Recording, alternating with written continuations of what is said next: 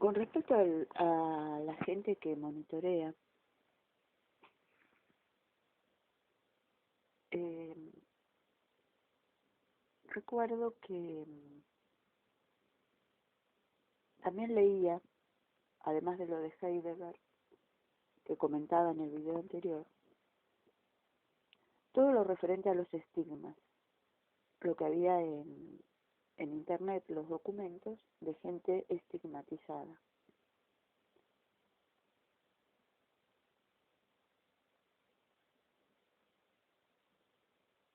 Y entre ellos había un tal Ignacio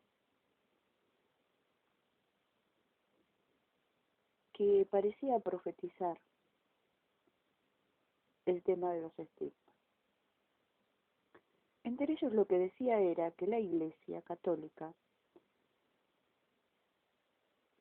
nunca se sintió orgullosa de tener santos estigmatizados y que trató de hacer caso omiso de todas las marcas que hubiese de Cristo en el cuerpo de las personas. Decía que los estigmatizados, las personas que tenían estigmas en su cuerpo,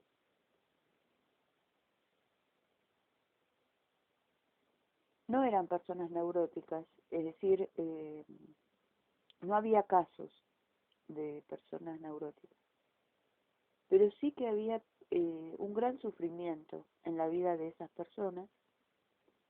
Eran personas que habían sido muy probadas en la fe por el dolor. Había como dos caballitos de batalla, que decía, uno era la relación del dolor y la fe, y la otra era que eran personas que tenían una conexión personal con Jesucristo muy particular,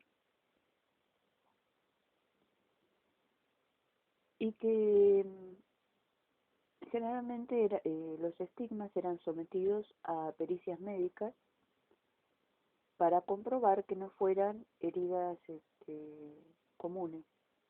Y describía cómo era la sangre que brotaba de los estigmas, que era sangre fresca, y que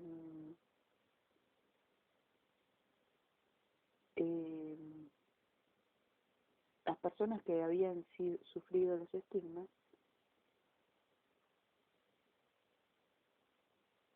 eran conocidas por la Iglesia, era sabido por la Iglesia, pero que la Iglesia tenía una actitud muy particular. Es decir, que la Iglesia adoptaba siempre la misma tesitura, que como dando a entender que en realidad al estigmatizado se lo dejaba a solas con sus estigmas, porque como dando a entender que es algo muy personal entre la persona que recibe los estigmas y Dios, que no es algo que, digamos, la Iglesia tenga que tomar una medida o lo que fuere.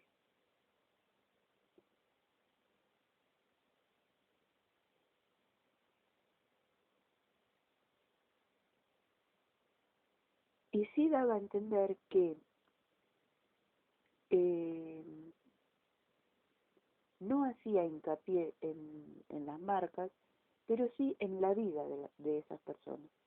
Por ejemplo, San Francisco de Asís no se hacía conocido en la iglesia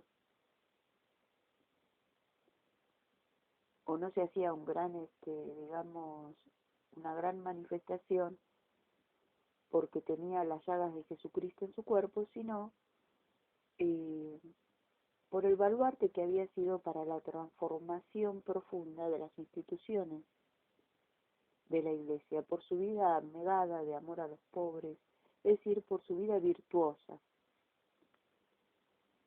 Y que lo mismo pasaba con el padre Pío Pietrelcina y con todos los otros casos, que siempre lo que hay que rescatar es el virtuosismo de la persona, la virtud de la persona en su vida de fe. Decía que era gente que había sido muy probada por el dolor, que tenía una relación personal con Jesucristo muy particular y que había sido y que no dudaba de su fe. Algo también referente a la fe. Y al leer eso,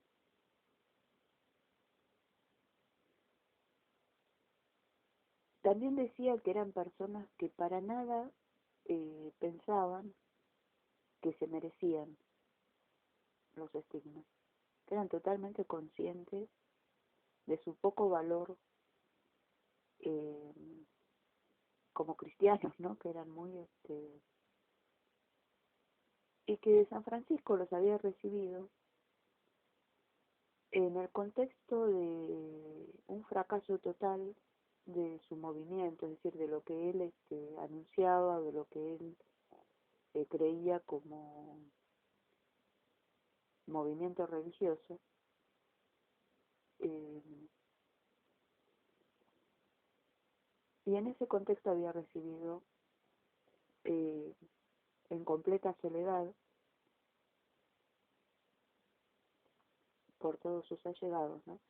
Yo pensaba como que pareciera que Dios permite la soledad de la persona para poder intervenir, ¿no? Porque como si uno está rodeado de un montón de personas, amigas, y es como que tal vez es más difícil llegar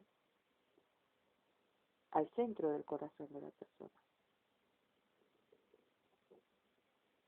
Es como cuando, por ejemplo, dos novios quieren estar solos, o con un matrimonio que se va de luna de miel.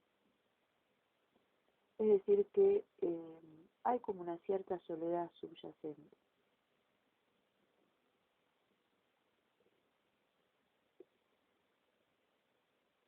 Y bueno, yo leía todo lo de los estigmas, y la vez que aparecieron unas marcas en la planta de mi pie, apareció como una llaga, como una especie de diamante rojo. Comencé digamos, a leer, ¿no? Todo lo que se refería.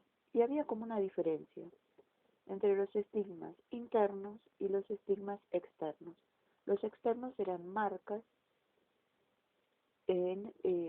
físicas, y los internos eran estigmas que la persona los experimentaba, pero no tenían manifestación física externa. Y ahí fue que apareció el tema de que los santos empezaban a verter, es decir, como que parecía que desde el cielo caía sangre y llegaba hasta nosotros. Y en verter me acuerdo que una vez yo estaba rezando y me apareció una mancha, como una gota de sangre en el jean.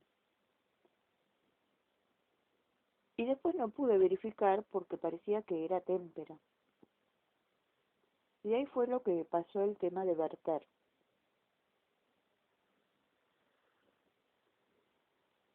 Y en ese tiempo, cuando yo estaba, digamos, en esta habitación, siempre sentía golpes en el techo que me estaban monitoreando. Y en la medida que aumentaba la velocidad de mi procesamiento de ideas de ingeniería o de lo que sea, los golpes eran prácticamente eh, al compás de mis pensamientos, ¿no? Y yo le pedía a Dios auxilio, que me ayudara, y sentía que me empezaba a verter por la frente unas como gotas de sudor. Y me tocaba la frente y no tenía nada, pero yo sentía como que me caía la sangre de la corona de espinas por mi rostro. Y me acuerdo que era en ese sufrimiento, que era en el sufrimiento de los golpes en el pecho. Porque era un sufrimiento en el pensamiento. porque no podía llegar a pensar una idea sin que divergieran mis pensamientos para uno u otro lado.